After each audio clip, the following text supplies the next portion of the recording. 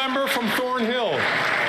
Death, taxes, and Liberal corruption, three things that are certain in Canada after 8 years of this Prime Minister. The Prime Minister wasted $60 million on an app that was supposed to cost $80,000, that didn't work, that didn't keep anyone safe, and that erroneously forced 10,000 people into quarantine. It cost 750 times more than they said it would. The corruption runs deep beyond just the wasteful, self-righteous Big Brother policies of this Prime Minister. Here's what the auditors had to say. A glaring disregard for basic management, insiders setting the terms, $12 million on well-connected consultants that did no work on this app. At a time where Canadians are struggling because of this Prime Minister's costly incompetence, ArriveCan should have been dead on arrival. With this Prime Minister's app, there is no one left to blame. He should look in the mirror or face Canadians who know he is not worth the cost and he is not worth the corruption. Questions. Questions. The Honourable Leader of the Opposition. The Prime Minister could have followed our common sense plan to fix the budget, stop crime, and so on, but instead he decided to waste $60 million when Canadians can't afford food or rent. And this was a scandal, the ArriveCan app that we didn't even need, which falsely sent 10,000 people into quarantine and enriched Liberal cronies. Isn't it true that that app was not worth the cost, just like the Liberal government is not worth the cost? The Honourable Prime Minister. The Honourable Minister, rather. Mr. Speaker, we've read the Auditor General's report. We've accepted her recommendations. The only thing I agree with my colleague opposite on is that anyone responsible for managing taxpayer money must follow strict rules. The rules in this case were not followed. We accept the recommendations to make sure this never happens again. And Mr. Speaker, we will always remain responsible when it comes to taxpayer money. The Honourable Leader of the Opposition. So he's going to punish those responsible for this scandal? It should start with the Prime Minister himself. He should have had the courage to stand and defend himself rather than hiding behind another. This was an app we didn't need. It forced 10,000 people into quarantine when they shouldn't have. It enriched contractors who did nothing. They did no work and simply offered members of the Liberal government whiskey. That's simply not worth the cost. Before we hear the answer, I just ask everyone to please remain a bit more quiet so that the Speaker can hear the questions and the answers. The Honourable Minister of Public Services and Procurement. Thank you, Mr. Speaker, and we thank the Auditor General who we are in favor of her recommendations around ArriveCan. Many of these recommendations have already been implemented. Others will be shortly, including new measures to guarantee that deliverables are clearly identified in procurement contracts. We will continue to ensure that contracts awarded by our government are done so in a responsible, open way.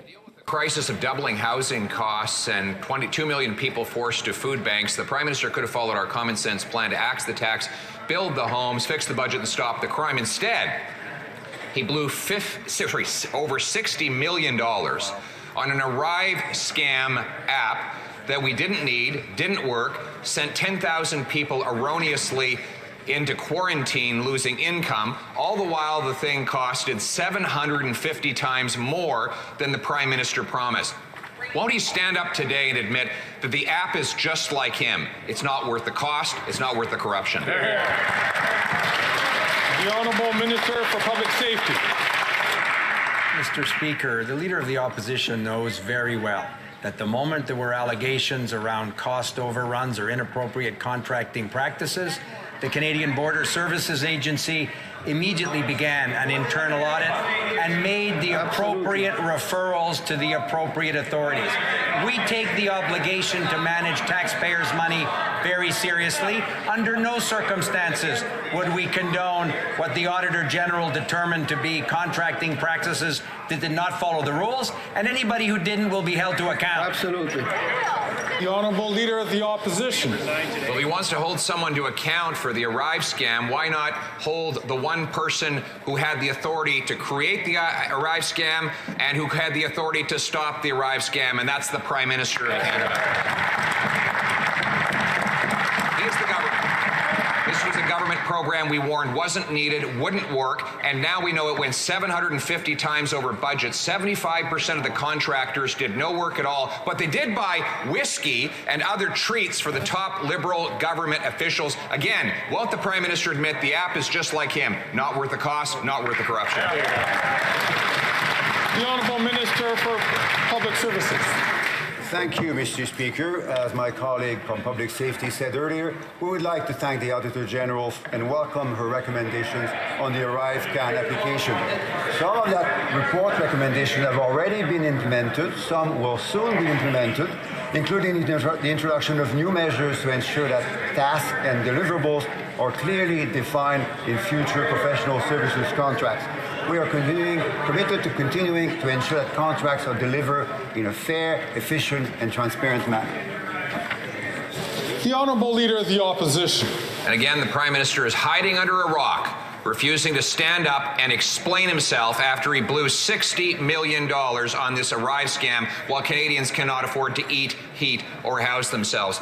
This scam involved taking money that could be used for border security, like scanning the 99% of shipping containers that go without any inspection from our ports with stolen cars, not to mention other things that Canadians could have done with that money. Instead, it stuffed the pockets of 75% of the contractors who did no work. Again, will the Prime Minister admit that the Arrive scam is not worth the cost and not worth the corruption? The Honourable Minister for Public Safety.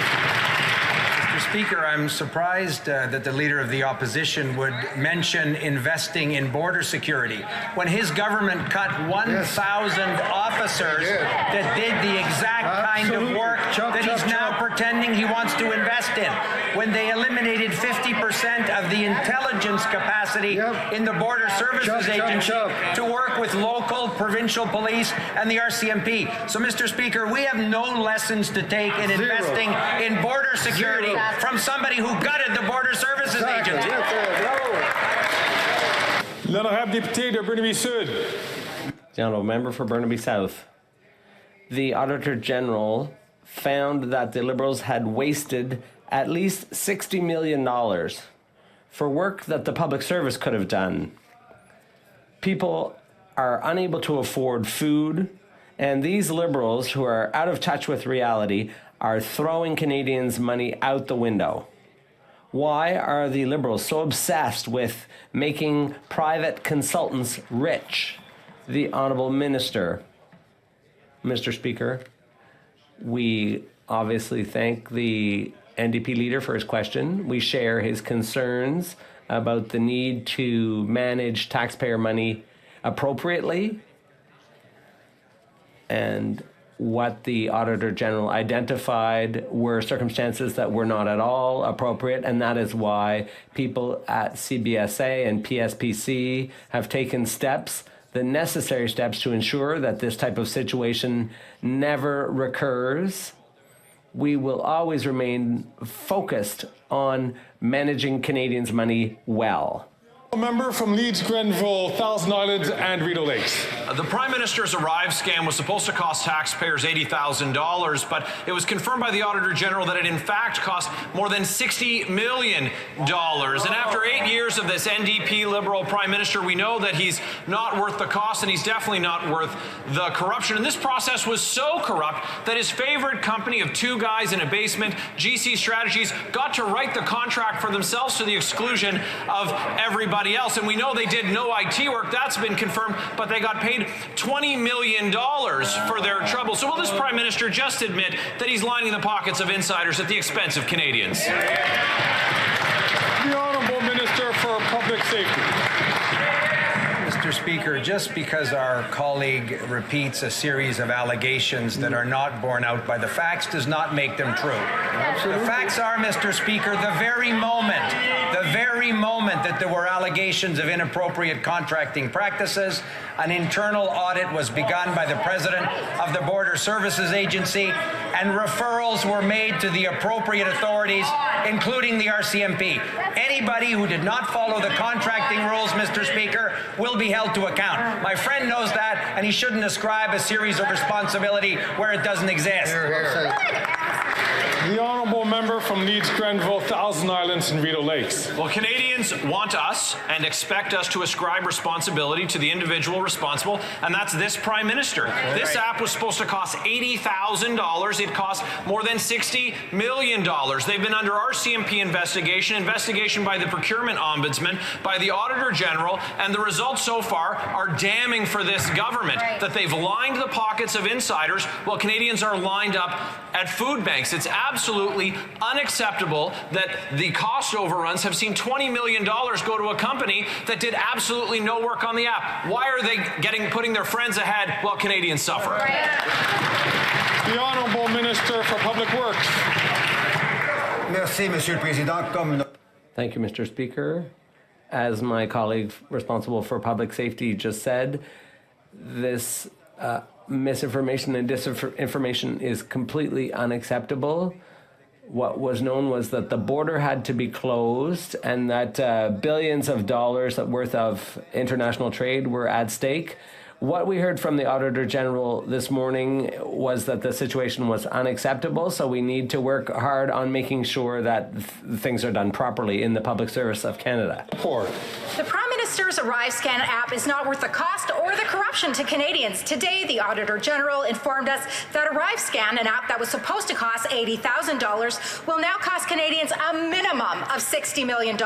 It gets worse. Due to documentation that the AG says was deleted or destroyed, it could be more than $60 million. Wow. She doesn't know who worked on ArriveCan, if the work was fulfilled to requirements, or if it was even completed at all. So why did the Prime Minister rig the process so that insiders get rich and taxpayers foot the bill? The honourable member for Public Security. Again, Mr. Speaker, repeating the last part of my honourable friend's question does not make it true. Nope.